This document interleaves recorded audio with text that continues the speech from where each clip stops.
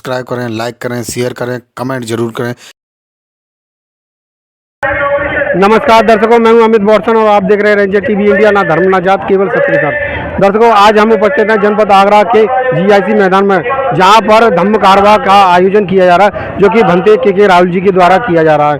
इस कार्यक्रम का आयोजन इसलिए किया जाता है कि बाबा साहब डॉक्टर भीमराव अम्बेडकर जी 18 मार्च 1956 को आगरा के रामलीला मैदान में आए थे, और वहाँ रामलीला मैदान के पास ही एक जगह है जहाँ पर चक्की पाठ, जहाँ पर बाबा साहब के द्वारा प्रथम भगवान बुद्ध की मूर्ति स्थापित की गई थी। इसी आगमन के उपलक्ष्य में ये कार्यक्रम किया जाता है भंते के राहुल जी के नेतृत्व में। और इस कार्यक्रम की विशेषता ये है कि यहाँ पर ये कार्यक्रम होता है वो बिल्कुल अनुशासन में और एक ही ड्रेस में होता है। सफ़ेद कलर के कपड़े पहन के आते हैं, और महिलाएं, पुरुष और महिला और बच्चों की संख्या बहुत अधिक होती है। और इस कार्यक्रम में एक व्यवस्था बहुत बढ़िया होती है, जो कि खाने और पीने की व्यवस्था सुबह से लेकर शाम तक होती है। और इस कार्यक्रम में भारत देश से कई राज्यों से लोग आते हैं, और उनकी सारी व्यवस्थाएं रुकने की, ठहरने की और खाने पीने की व्यवस्था की जाती है। और आइए लेके चलते हैं हम इस जीआईसी मैदान में, और क्या क्या कार्यक्रम हो रहा है यहाँ पर, आपको लेके चलते हैं जीआईसी मैदान में, धम्म कारवा में।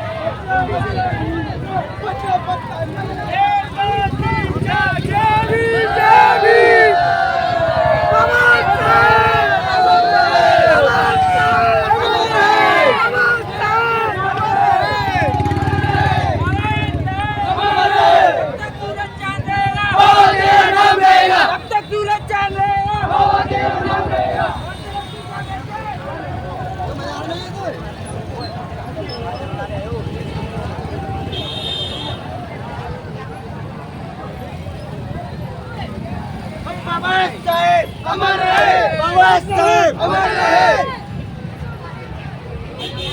बाबा साहब, अमर रहे बाबा साहब, अमर रहे।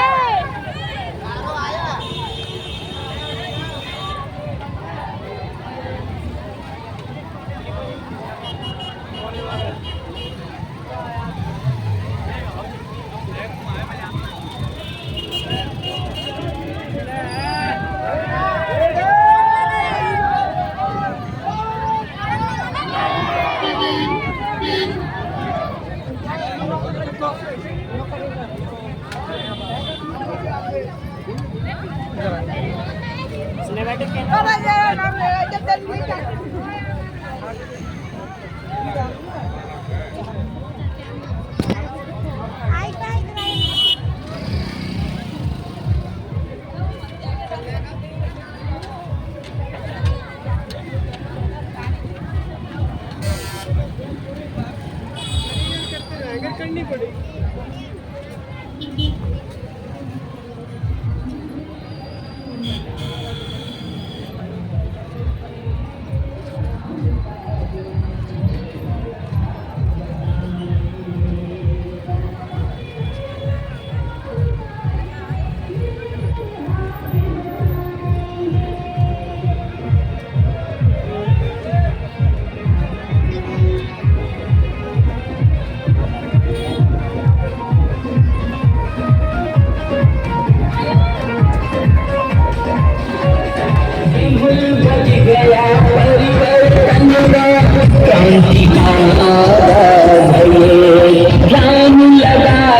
सुनो बारिश पुरखों की आवाज़।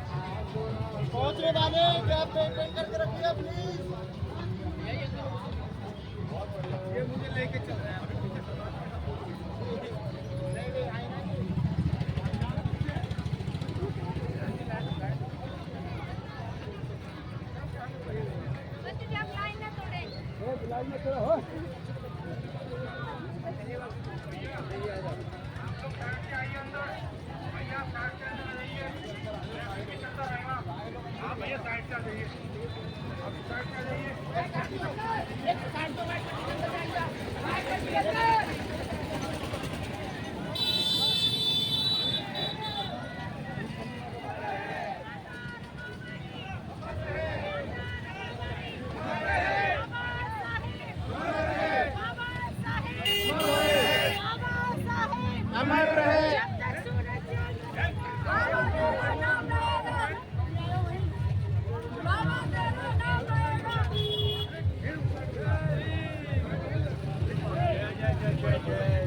जय भीम जय भीम जय भीम।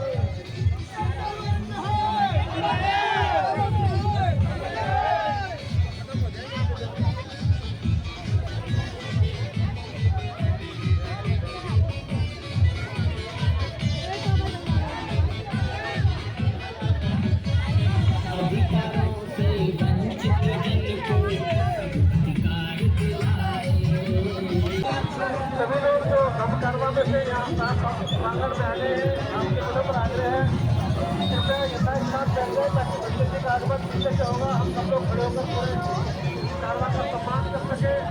और जो सम्मानित लोग बैठे हैं, मेरा सभी हिंदू और मुसलमान से विनम्र पर आग्रह है कि उस काफले में जो कारवा जो हमारे बीच में आ रहा है बच्चे जी के साथ आप सभी लोग मंच पर आएंगे।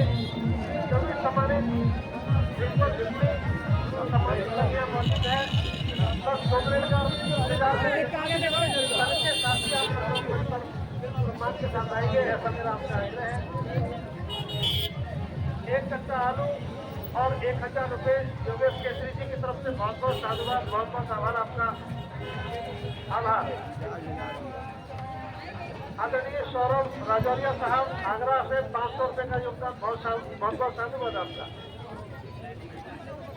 मैं सभी लोगों से आग्रह करूंगा जो भी कारवा में चलकर आए हैं कि अपना स्थान ले लें। अगर पीछे कुर्सियों पर जगह ना मिले तो कृपया आगे जगह बहुत पड़ी है, वहाँ बैठे। अभी कारवा इस प्रांगण में प्रवेश कर चुका है। पीछे से सम्मानित विभूषण और उससे बच्चे प्रवेश करेंगे। हम सब लोग जोरदार नारों के साथ, फूलों की वर्षा के साथ आज बाबा साहब अम्बेडकर के आगमन को साकार करेंगे। आप लोग अंदर रहिए।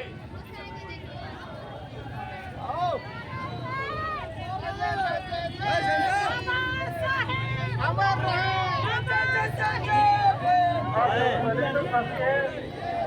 इनको तंबू का तंबू आपका बहुत बहुत स्वागत आभार। आप पूरी टीम के साथ कारवा में शामिल रहे हैं और बहुत बड़े सहयोग और योगदान रहा है। कल से व्यवस्थाओं को देख रहे हैं, योगदान है। बहुत बहुत शुक्रिया आपका। अगर पीछे से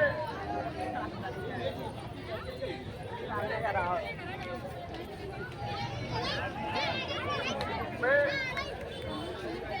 जलवती जी हमारे बीच में से आ रही है। सभी सम्मान विभूषण को काफले में ले जाने के लिए सभी सम्मान शामिल हो और पूरे सम्मान के साथ मतलब वैनिसा अपनी छोटी सी प्रस्तुति लेकर वैनिसा अभी कारवा प्रवेश कर गए हैं। आप सब लोग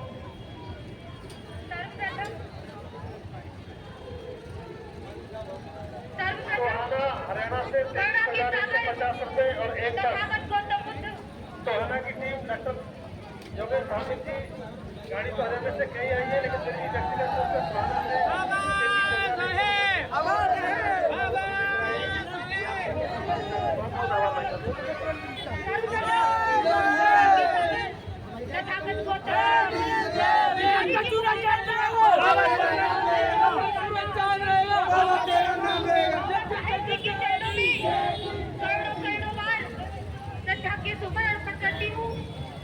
सामाजिक क्रांति के अग्रदूत ज्योतिबा फूले के चरणों में श्रद्धा के सुमन अर्पण करती हूँ। शिक्षा की देवी माता सावित्रीबाई फूले के चरणों में श्रद्धा के सुमन अर्पण करती हूँ। और मेरे बहुजन समाज में समय समय पे जन्मे समस्त महापुरुषों के चरणों में श्रद्धा के सुमन अर्पण करती हूँ। और यहाँ पर उपस्थित आप सभी को मेरा जय भीम नमो बुद्धाय। एक बार सभी बोलेंगे कि राहुल बनने आए हैं, राहुल बनने आए हैं, राहुल बनने आए हैं। तो यहाँ पर मैं देख रही हूँ कि महिलाओं की जो संख्या है बहुत ज्यादा है, तो मैं महिलाओं के लिए दो लाइन कहना चाहती हूँ। एक मिनट बेटा सर्वे बंदी जी कारवा में अपने के साथ प्रवेश कर गए हैं। निवेदन करूंगा सभी लोग खड़े हो जाएंगे और बंदी जी प्रवेश करके मेरा विनम्र आग्रह है और जोरदार नारे के साथ हम कानपुर से 500 से रघुराज 500 से सरोजनी कानपुर से पूरी टीम का बहुत बहुत धन्यवाद। बंदी जी अपने के साथ स्वागत में प्रवेश करेंगे, जोरदार नारों के साथ हम उसका स्वागत करेंगे। बाबा साहब अम्बेडकर के आत्मकथा रूप जो क्रांति पैदा की है, एक बार सभी लोग पूजा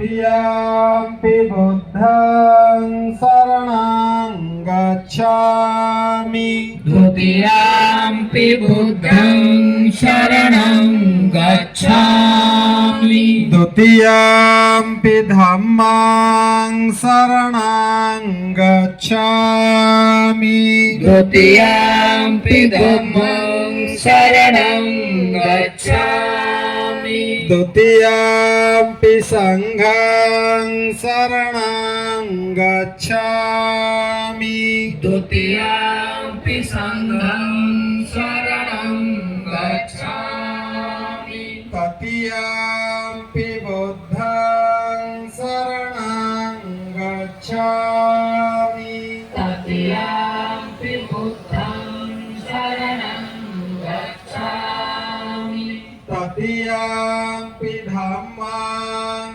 शरणं गच्छामि तृतीयाम्पि धम्मं शरणं गच्छामि तृतीयाम्पि संघं शरणं गच्छामि तृतीयाम्पि संघं शरणं गच्छामि शरणगमन संपूर्णं वन्दे पाणातिपाता वीरमणि सिक्खापदं समादियामि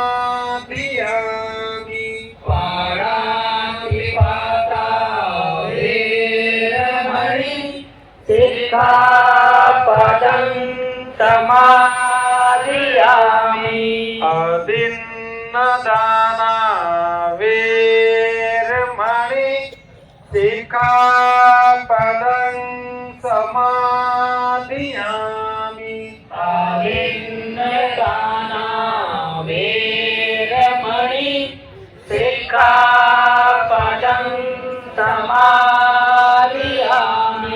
कामेषु मिच्छाचारा वीरमणि सिक्खापदं समादियामि कामेषु मिथ्याचारा वीरमणि सिक्खापदं समादियामि मुसावादा वीरमणि सिक्खापदं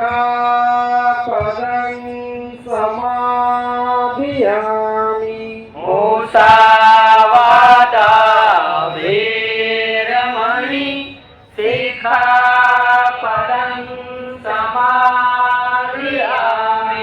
सुरामेर्यमज्जपमादि संकत्वा अपमाने सम्पादितापं अहं वन्दे साधु साधु साधु साधु बुद्धं नमामि बुद्धं नमामि धम्मं नमामि धम्मं नमामि संघं नमामि संघं नमामि सभी आराम से बैठो थोड़ा माइक ठीक कर लो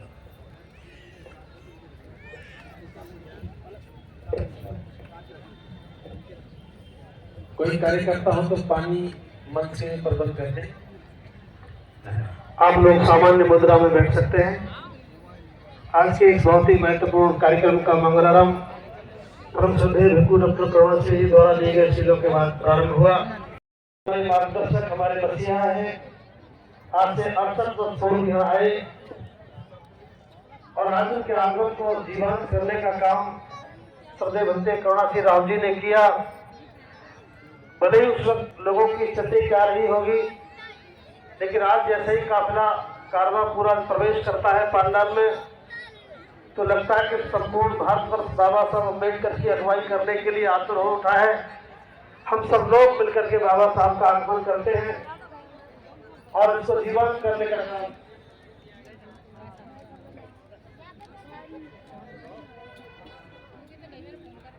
अभी थोड़ी सूचना मिली है कि पीछे जो भोजन लोग कर रहे हैं वो खाने को बिगाड़ ज्यादा रहे हैं। मेरा आग्रह है कृपया उतना ही भोजन लें।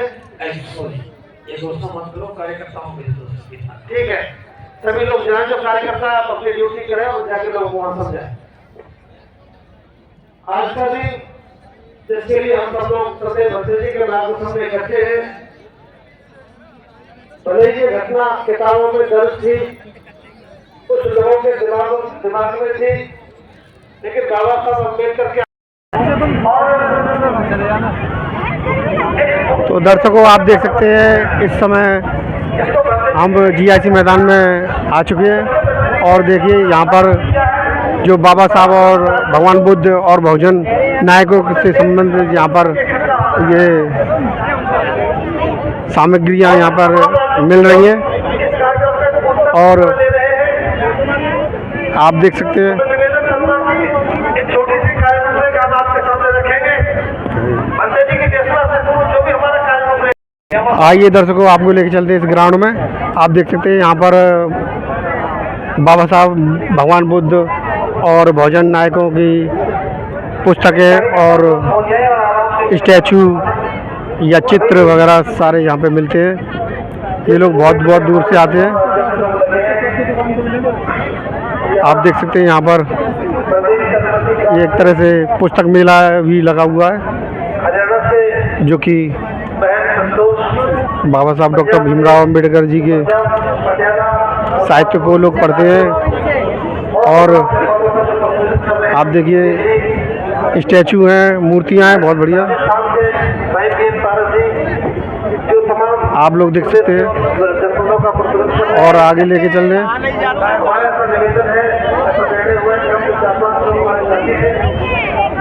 हम आज के धर्म कारवां पर 5-5 मिनट के लिए आपसे अनुरोध करेंगे कि आज आकर के डॉक्टर सुधीर जी से मैं निवेदन करूंगा, जो हमारे पंजाब के प्रतिनिधि हैं, वो आए और जो धर्म कारवां है आप आकर के आज 5 मिनट के लिए हम आपसे निवेदन करेंगे कि आज की संसद पर।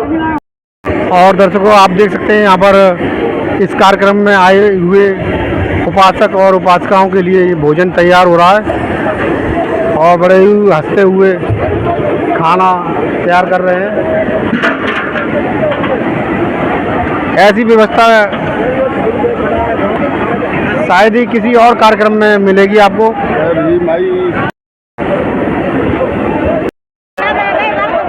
और दर्शकों, आप देख सकते हैं किस प्रकार से यहाँ पर भोजन की व्यवस्था की गई है।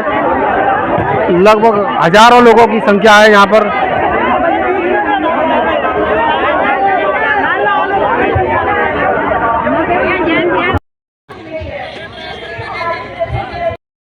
बैठे हैं और वो विचारधारा कैसी हो, क्योंकि आप सभी इस बात से अवगत हैं कि जो नागपुर की धरती है वो बाबा साहब की दीक्षा भूमि की धरती है और उसी धरती से चलकर हमारे बीच में आदरणीय भिक्खुनी विजय मैत्री जी आई हैं।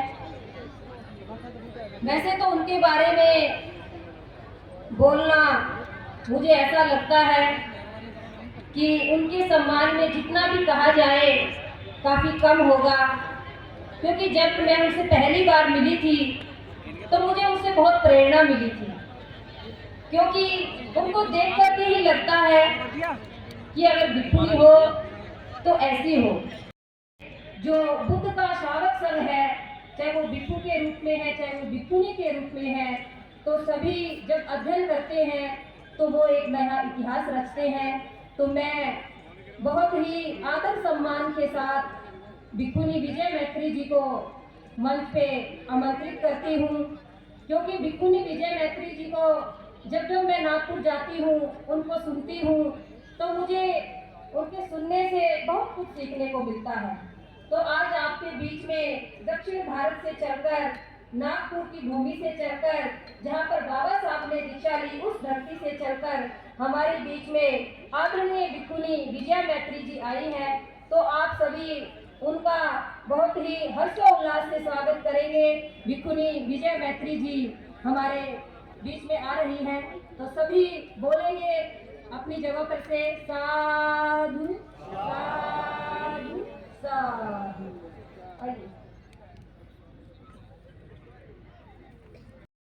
सभी को जय भीम, नमो बुद्धा। सभी महामानवों को मेरा त्रिवार अभिवादन। उपस्थित भिक्खु संघ को मेरा त्रिवार अभिवादन। उपस्थित भिक्खु संघ को मेरा त्रिवार अभिवादन करते हुए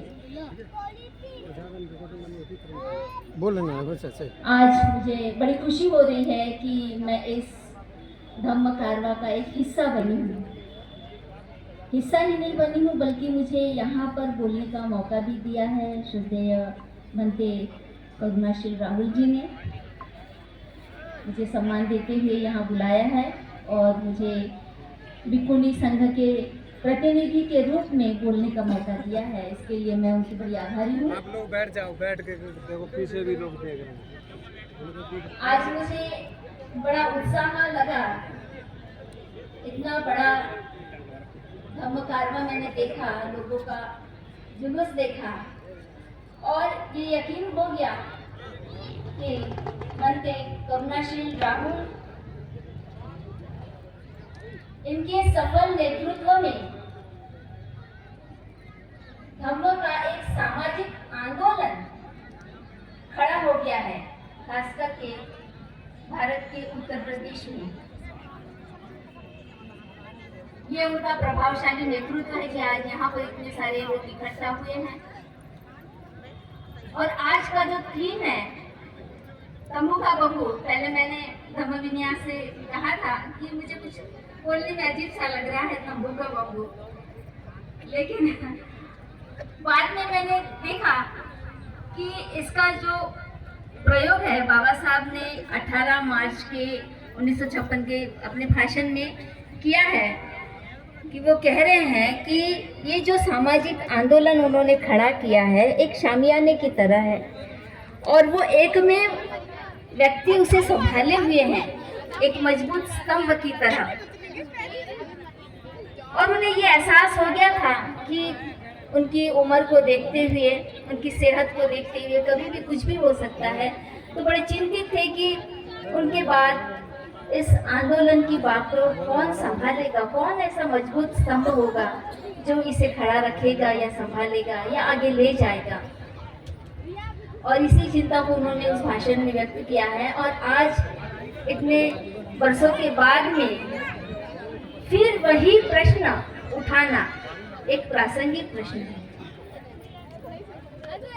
और इस प्रश्न के साथ साथ भंते जी ने मुझे एक विषय भी दिया कि बौद्ध व्यवस्था में या बौद्ध व्यवस्था निर्माण में भिक्षुनियों की क्या भूमिका होनी चाहिए या होगी। ये प्रश्न इसलिए उपस्थित हुआ क्योंकि भिक्षुनी संघ भी इस आंदोलन का एक महत्वपूर्ण स्तंभ है, एक पिलर है।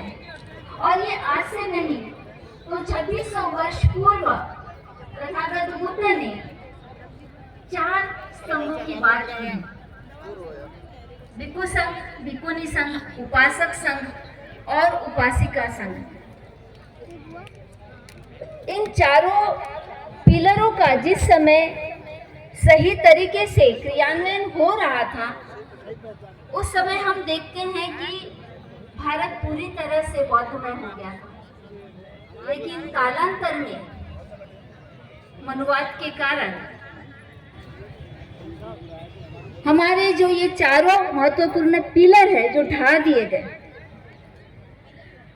और उसके बाद में बाबा साहब की जो क्रांति हुई, यहाँ पर नागपुर की दीक्षा भूमि पर जो क्रांति हुई, फिर से बुद्ध धम्म को पुनर्जीवित किया। वहां से हम देख रहे हैं कि भारत में हमें भिक्षु संघ दिखाई दे रहा है। और जो स्त्रियों ने एक आंदोलन के तहत ये परंपरा शुरू की थी कि वे भी बुद्ध के संघों में प्रवेश पा सकती है और वे धम्म का एक मजबूत पिलर बन सकती है, उस संकल्पना को फिर से उजागर किसी ने नहीं किया। जब नागपुर में 1998 से फिर से भिक्षुनी संघ पुनर्जीवित हुआ तो वे भी इस बारे में उतनी गहराई से चिंतन नहीं कर सके कि ये बुद्ध द्वारा बनाया गया एक मजबूत पिलर है जो धम्म और समाज और सांस्कृतिक रूप से एक क्रांति को आगे ले जाने के लिए महत्वपूर्ण कार्य कर रहा है। सब बिखरे बिखरे हुए थे, उन्हें जोड़ने का महत्वपूर्ण कार्य हम कहेंगे कि पूरे भारत में तो नहीं, लेकिन एक हमारी छोटी सी कोशिश रही है कि हम भिक्षुनी संघ को इस धम्म क्रांति के या सामाजिक आंदोलन के एक बम्बू यहाँ बैठे हैं, के स्क्रीन है ना इधर रोड साइड की स्क्रीन जो एलईडी लगी है जो। और आज ये कार्य सुगम गति से हो सकता है जब हम चारों संघ ये समझ गए कि हमारे समन्वय से ये कार्य बहुत तेज गति से बढ़ सकता है। अन्य भी लोग भाईचारे होते हैं, होते हैं, लेकिन हमको सबके निर्माण पर नहीं आता है। उपासक उपासिका मैंने खा लिया को बनाते हैं तो उसमें 4 पिलर बनाते हैं 4 पिलर या 3 ही पिलर बनाते हैं, 4 पिलर बनाते हैं, है ना। तो ये जो दूसरे नंबर का पिलर है ये कहीं ना कहीं मिसिंग नजर आता है। तो ये जो चारों संघ है, ये चारों संघ में कितने लोग आते हैं? कुछ संघ में कई इक्को आते हैं, कुछ संघ में कई इक्को नहीं आती है, उपासक संघ में कई उपासक आते हैं और उपासिका संघ में कई उपासिकाएं आती हैं और उसके बाद में कई अनुयायी आते हैं। ये सारे ही अगर मजबूत हो जाए तो कितना बड़ा सामियाना खड़ा हो सकता है हमारे सामाजिक आंदोलन का। लेकिन ऐसा नहीं हो रहा है, हमें कुछ रुकावटें हैं, दिक्कतें हैं या कुछ हम कहेंगे टास्क है, हमारे टास्क है।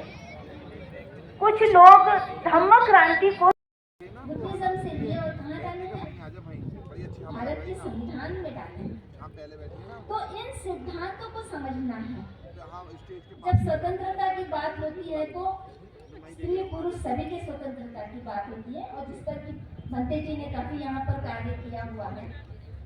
महिलाओं अगर इन विषयों को एक ही तरीके से समझेंगे, एक ही तरीके से आचरण करेंगे, एक ही तरीके से प्रचार प्रसार करेंगे तो इसका जो परिणाम हम देखना चाहते हैं वो परिणाम जल्दी दिखाई देगा। लेकिन अब क्या हो रहा है कि लोग इसको अलग अलग तरीके से ले रहे हैं।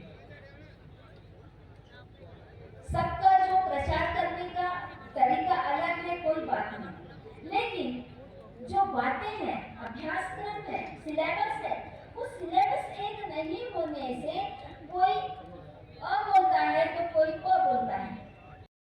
तो सांस्कृतिक बदलाव में हमें ये दिखाना है कि जो बौद्ध व्यक्ति है उसका रहन सहन कैसा है, उसका आचरण कैसा है, उसका दिखावा कैसा है, उसका पहनावा कैसा है, उसके क्या कहेंगे मैनर्स, एटिकेट्स, अनुशासन, विनय, लोगों के साथ व्यवहार करते समय की जो विनय है वो कैसे है, क्या ये एक समान है या अलग अलग है। ये एक समान नहीं होने से हमारी जो मेजोरिटी दिखनी चाहिए वो मेजोरिटी दिखाई नहीं देती है। इसके लिए हमें कार्य करने की जरूरत है।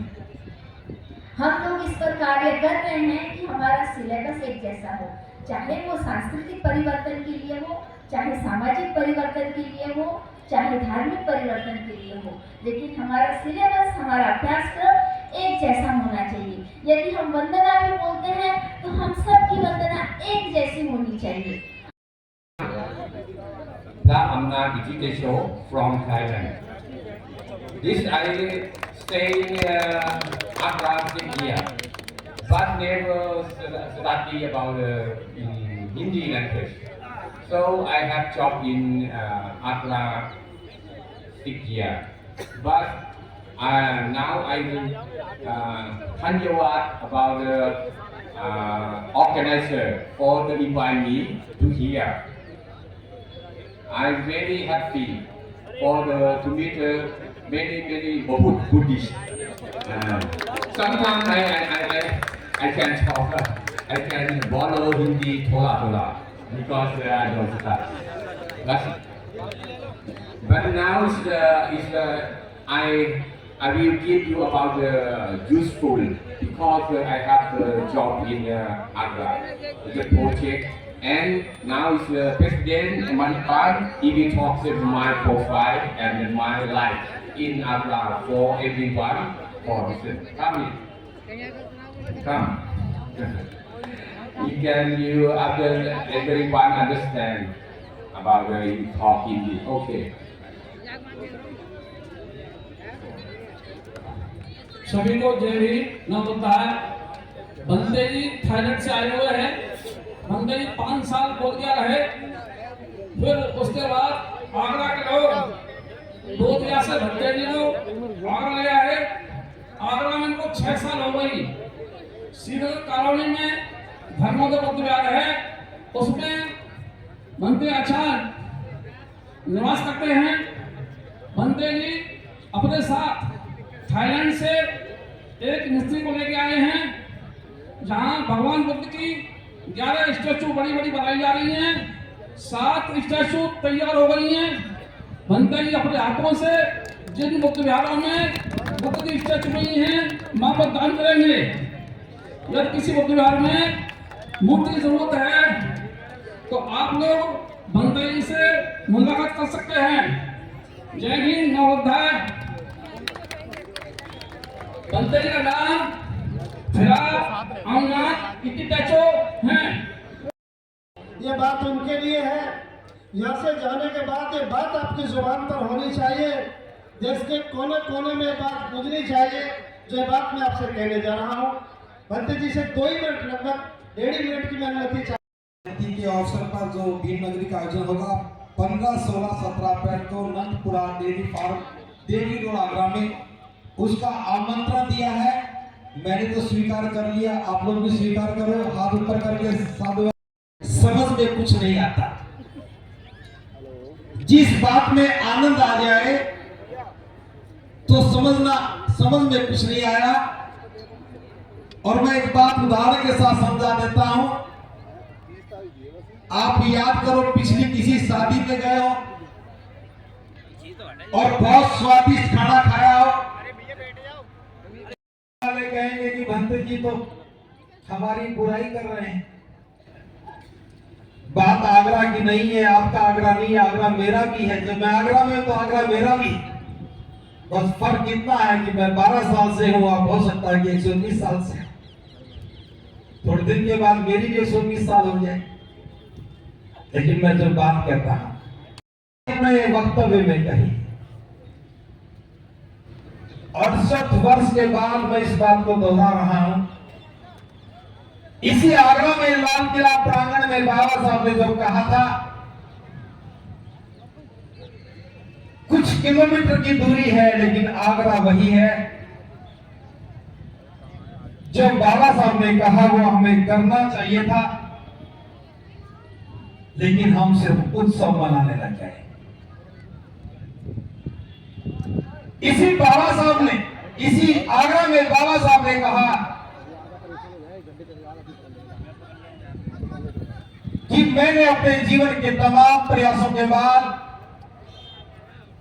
इस समाज की सुरक्षा के लिए एक सुंदर तंबू का तैयार किया था।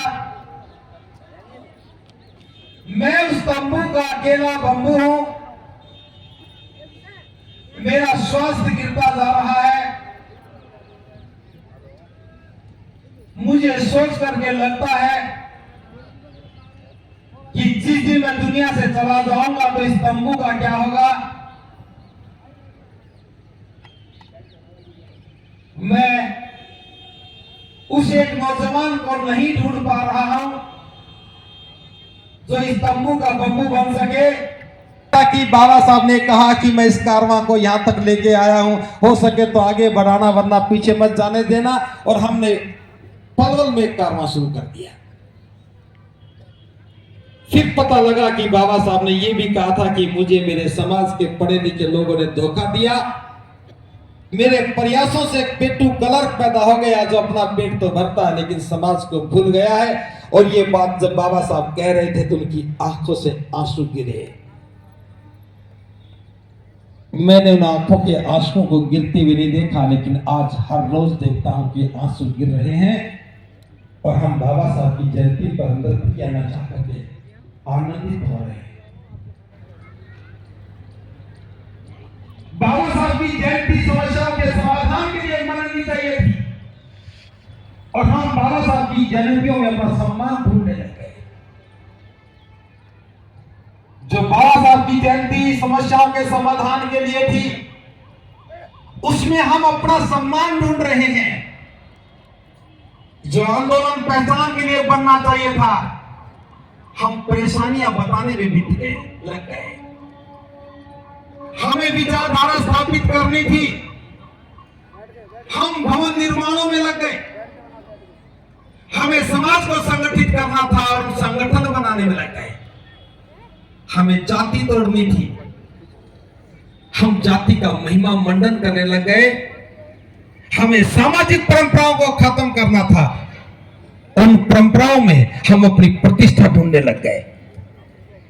आगरा जितना तेज गति से आगे बढ़ता है, उतना ही तेज गति से मिशन से दूर भी जाता है।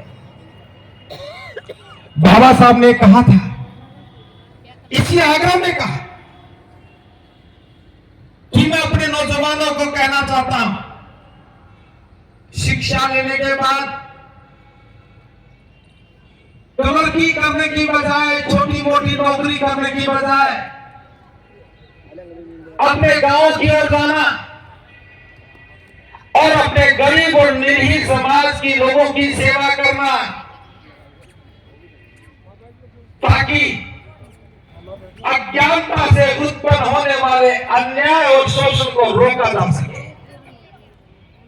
हमें सेवा इसलिए करनी थी कि हम समाज में जो शोषण और अन्याय हो रहा है, अज्ञानता के कारण है, उसको रोक सके। हमें अज्ञानता को खत्म करना था, ताकि शोषण रुक जाता, जुल्म रुक जाते, अन्याय रुक जाते। लेकिन हमने अज्ञानता बस उन परंपराओं को इतना बोझिल बना दिया कि शोषण भी बढ़ गया और अन्याय भी बढ़ गया। गुनाहगार वो सारे लोग हैं जो शादियों के नाम पर दावत में जाते हैं, बाराती बनकर के नाचते हैं। घर में शाम को दाल भले ही ना बने, लेकिन बच्चे की रिश्ता तो होटल में करते हैं। मैं मना नहीं करता होटल में शादी करने के लिए, लेकिन आप जिनको बुलाते हो वो भी देखते हैं। आपकी हैसियत हो सकती है कि होटल में शादी करने की, लेकिन जिस आपके निमंत्रण पर जो आया है, उसके सामने चुनौती खड़ी हो जाती है कि मैं भी अपने बच्चे की शादी कैसे करूंगा, रिश्ता होटल में कैसे करूंगा। समाज कर्जदार होता चला गया, कारोबार चौपट होते चले गए, बाजार की दुकानें, बस्ती के मकान बिकते चले गए, देहात में शोषण बढ़ता चला गया, लेकिन हमें होश नहीं आया। और बाबा साहब के आंसुओं की कदर हम कैसे कर सकते थे, जब वर्तमान में होती हुई घटनाओं को हम नजरअंदाज कर रहे, समझ नहीं पा रहे। बाबा साहब ढूंढने के लिए आए थे आगरा में अगर तंबू का बम्बू बन जाए, ढूंढ नहीं पाए। अपनी इच्छा को लेकर के, हसरत को लेकर के बाबा साहब दुनिया से विदा हो गए। हम जयंती तो मनाना जारी रखा, लेकिन तंबू का बम्बू ढूंढना भूल गए। क्या था तंबू के बम्बू में? जो तंबू हमारी सुरक्षा दे रहा है, शिक्षा की सुरक्षा, मान सम्मान की सुरक्षा, स्वाभिमान की सुरक्षा, हम इस देश के नागरिक हैं, इसकी सुरक्षा, हम इस देश के हुक्मरान बन सकते हैं, इसकी सुरक्षा, वोट का अधिकार, शासन करने का अधिकार, प्रशासन के उच्च से उच्च पद पर जाने का अधिकार, ये सारी सुरक्षा जो है, ये बाबा साहब के बनाए तंबू से है। ताली कोई बजाए जो तंबू का बम्बू बनने का सोचता है, और सोचने से काम नहीं बनेगा। मैं बहुत साफ कहता हूं, मुझे बहुत अच्छा लगता है जब कोई व्यक्ति मेरी बात का बुरा मानता है, क्योंकि अच्छा मानने वाले उनका लगता कुछ नहीं है, वो तो अच्छा कह करके खुश हो जाते हैं, लेकिन जो बुरा मानते हैं वो मुझे भी सोचने के लिए मजबूर करते हैं। तंबू का तंबू बनना था। आपको याद होगा कि पुराने जमाने में कच्चे मकानों की छतें होती थी, उसमें लकड़ी के 37 लगे होते थे। और उनको साधने के लिए हम बम्बू लगाते थे। देहात से है, बात समझ सकते थे। तो बाबा साहब ने जो तंबू बनाया उसके बम्बू भी बाबा साहब थे। उस छत को साधने के लिए साइडों में छोटी छोटी डंडियां लगा देते थे ताकि छोटे छोटे बरगे उनके ऊपर आ जाए, थोड़ा बाहर वो भी ले ले। मैं ताली बजाने वालों से इतना ही कहता हूं, बम्बू भले ना बन सको, वो टेक जरूर बन जाना जिसमें कुछ टिक सके, क्योंकि बम्बू पर सारा भार रहता है, जो टेक होती है वो थोड़ा सा सहारा देती है। तो तंबू का बम्बू एक सहारा भी है, जो हमें सहारा भी बनना चाहिए। दर्शन साहब के बाद हमें समझ में आया कि बाबा साहब की उस बम्बू की खोज को हमें जारी रखना चाहिए, ढूंढना चाहिए, ताकि हम बाबा साहब को जवाब दे सके कि बाबा साहब अब तंबू के बम्बू बनने लगे हैं। तो खूब ढूंढने के बाद मुझे एक व्यक्ति मिला। मुझे नहीं पता कि उसमें सामर्थ्य है या नहीं, मुझे नहीं मालूम कि वो उस दायित्व को निभा सकता है या नहीं, लेकिन उसके पास हौसला था, हौसला है, जो कम से कम उस ऐसे समय में जब कोई भी बम्बू बनने के लिए तैयार नहीं हो, वो खड़ा होने की हिम्मत तो कर रहा है। तो मैंने खूब ढूंढने के बाद जिसको खोजा, मैंने सोचा कि मुझसे बेहतर कौन बम्बू हो सकता है। तो मेरी खोज मेरे लिए थी। मैंने सोचा बुद्ध का अनुयायी हूं, घर बार छोड़ चुका हूं, नौकरी से कोई संबंध नहीं, वो भी छूट चुकी है, छोड़ दी है। भिक्षुओं का कोई परिवार नहीं होता, भिक्षुओं की कोई संपत्ति नहीं होती, धन का संग्रह करना नहीं होता, लक्ष्य को समर्पित होते ही है, लौट के कहीं जाना नहीं, खोने की कोई चिंता नहीं। और बम्बू में क्या योग्यता चाहिए? बुद्ध अलंकार जी लिख के लाए थे, ये तो मैं पढ़ के बता दूं, मैं मेरे ने नहीं लिखा। राजस्थान के लोग भी लगे, हरियाणा के भी लगे, दिल्ली के भी लगे, उत्तर प्रदेश के भी लगे। जो इनको पूरा करेगा और तंबू का बम्बू बनेगा। पहली बात तो ये है कि बुद्ध ही मेरे एकमात्र शास्त्र हैं, उनके प्रति मैं अगाध श्रद्धा रखूंगा। मैं विश्वास दिलाता हूं कि जब से मैं बुद्ध का अनुयायी बना हूं, बुद्ध ही मेरे शास्त्र है, इसके अलावा मेरे कोई शास्त्र नहीं है। मैं धर्म की व्यवस्था निर्माण के लक्ष्य के लिए समर्पित रहूंगा। ये निर्णय भी पहले हो चुका है। इसके अतिरिक्त मेरा कोई अपना निजी लक्ष्य नहीं है। मैं तो पहले से ही बात कहता रहा हूं, ना मेरी सोच है, ना मेरा विचार है, ना मेरा लक्ष्य है। जो परम श्रद्धेय बाबा साहब ने हमें लक्ष्य दिया था, बंद में भारत, हम तो उसी लक्ष्य के लिए समर्पित हैं। तो मेरा अपना कोई लक्ष्य नहीं है। मैं कभी भी अपने नाम कोई संपत्ति और धन संग्रह नहीं करूंगा। मेरे पास कोई संपत्ति नहीं है।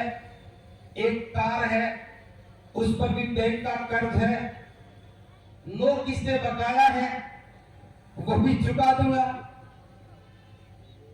और धमभूमि वाले सामान लेना उस कार को भी। इसके अलावा कोई मेरे पास संपत्ति नहीं। मैं परिवार, सगे संबंधी और पद प्रतिष्ठा से विरक्त रहूंगा। अब भी मेरे पास कोई पद नहीं है, कोई प्रतिष्ठा नहीं है, और भविष्य में भी मैं कोई पद प्रतिष्ठा नहीं लूंगा। मैं नेतृत्व के प्रति अटूट विश्वास रखूंगा। जो भी इस लक्ष्य के लिए काम कर रहा है, उसके प्रति, जिसने हमारे लिए लक्ष्य निर्धारित किया, उसके प्रति मेरा अटूट विश्वास है। बाबा साहब हमारे मार्गदर्शक हैं, उन पर टूट विश्वास है तो मैं इस काम को पूरा कर सकता हूं, ऐसा मैंने सोचा और मैंने एक निर्णय लिया। बस एक बात आपसे और चाहता हूं, इस काम को करने के लिए मुझे किसी भी सहारे की आवश्यकता नहीं है। बस एक बात चाहता हूं कि शादी का निमंत्रण और दावत का आमंत्रण मत दिया करो। बिना ज्यादा प्रयास किए आगरा ने इस सारी जिम्मेदारी को अपने कंधे पर लिया और आप जो खाना देख रहे हैं जो बना है, दाल और चावल को छोड़ करके, दाल और चावल अलीगढ़ की ओर से है, बाकी सारा का सारा खाने का प्रबंध आगरा की ओर से है। कुछ लोगों ने पैसा ला करके दिया है, वो टेंट के लिए है।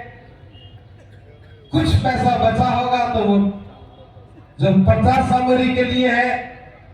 बस मुझे इतना पता है, ये कारवां ना तो कभी शुरू होता है और ना कभी रुकता है, बस ये चलता रहता है और चलने का नाम ही कारवां है। इसीलिए हम चलते रहते हैं। आपका सहयोग बना रहे, बस इतनी कामना करता हूं। अगली बार इससे ज्यादा आना है। एक बात जो मुझे और कहनी थी, ये कारवां का आगाज अब आगरा तक सीमित नहीं रहना है। बाबा साहब जो तंबू का बम्बू ढूंढ रहे थे, उस तंबू के बम्बू की अगली कड़ी है कि अच्छा बोध बनना चाहिए। इसलिए हमने देश के तमाम बोधों को इकट्ठा करने की योजना बनाई और 16 जून के दिन राजस्थान प्रदेश की राजधानी जयपुर में हम सब मिलकर के बौद्ध समाज के निर्माण की घोषणा करेंगे। अभी तक तो जातियों के समाज बने हैं, सभी अपनी अपनी जाति को समाज मान रहे हैं, बौद्ध भी बन गए, जाति भी बचाए हुए हैं।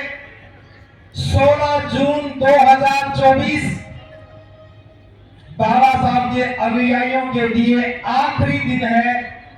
उसके बाद उनके जीवन में जाति का नाम नहीं होगा।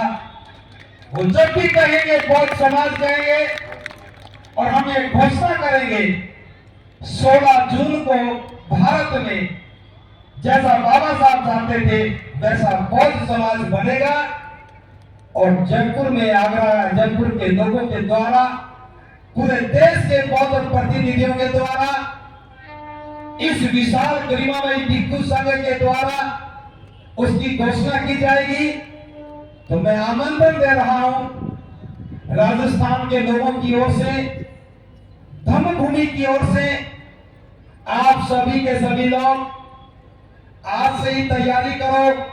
सफेद सफारी सिलवाओ या जैसा पहना चाहो वैसे सफेद कपड़े पहनो और जयपुर के कार्यक्रम में कम से कम 2 लाख लोग आने चाहिए।